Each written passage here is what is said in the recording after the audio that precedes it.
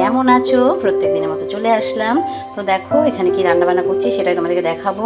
তো এই পাশে আমি কিন্তু এখন পোলাও করতে বসিয়ে দিয়েছি। দেখো একদম রেডি, এটা আমি একদম ভাপে বসিয়ে দিয়েছি। এবার এখানে কিন্তু আমি একটু চিকেন ডাক বাংলো করবো, সেটা তোমাদেরকে একটু দেখাবো কিভাবে করব সেটা। দেখো এখানে কিন্তু আমি একদম চিকেনটাকে সুন্দর করে সব মশলা দিয়ে মাখিয়ে রেখেছি, সব বাটা মশলা, শুকনো লঙ্কা বাটা, ধনে বাটা, জিরে বাটা, আদা বাটা, রসুন বাটা, সব জাস্ট একদম বাটা।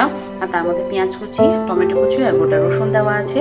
তো ওখানে কিছু ডিম আমি ভেজে রেখে দিয়েছি, তো আলু আছে।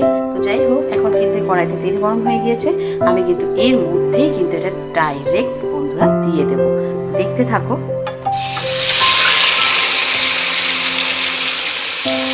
তো এইবার কিন্তু আমি এটাকে সুন্দর করে ধুয়ে সুস্থে টাইম নিয়ে কষাতে থাকবো বন্ধুরা, তোমরা দেখতে থাকো।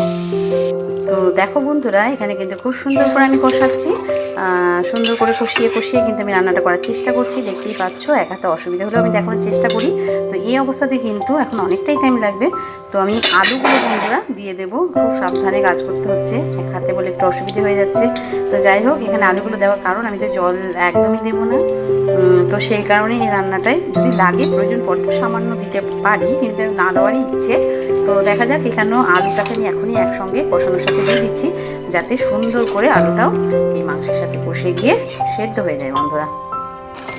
তো দেখো বন্ধুরা, এখানে কিন্তু অলরেডি কতটা জল ছাড়তে দেখেছে চিকেন থেকে, তোমরা দেখতেই পাচ্ছ।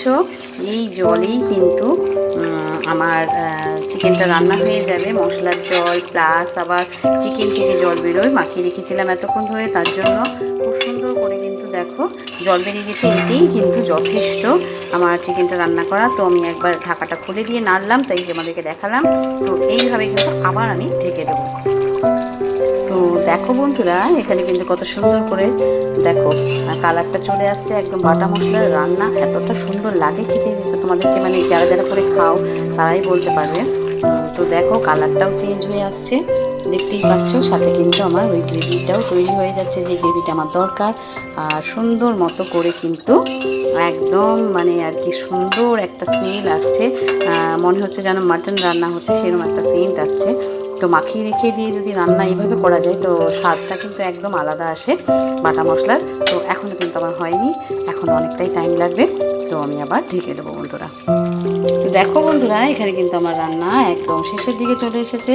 তো আমি কিন্তু এখানে ডিমগুলো দিয়ে দেবো, দিয়ে আর জাস্ট 5-7 মিনিটের জন্য কিন্তু একটু নাড়াচাড়া করে নেবো বন্ধুরা। তোমরা দেখতেই পাচ্ছ কত সুন্দর মতো করে কিন্তু গ্রেভিটা হয়ে গেছে।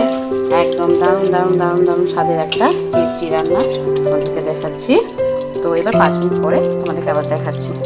তো দেখো বন্ধুরা, এখানে আমার কিন্তু রান্নাটা একদম কমপ্লিট। এবার এখানে কিন্তু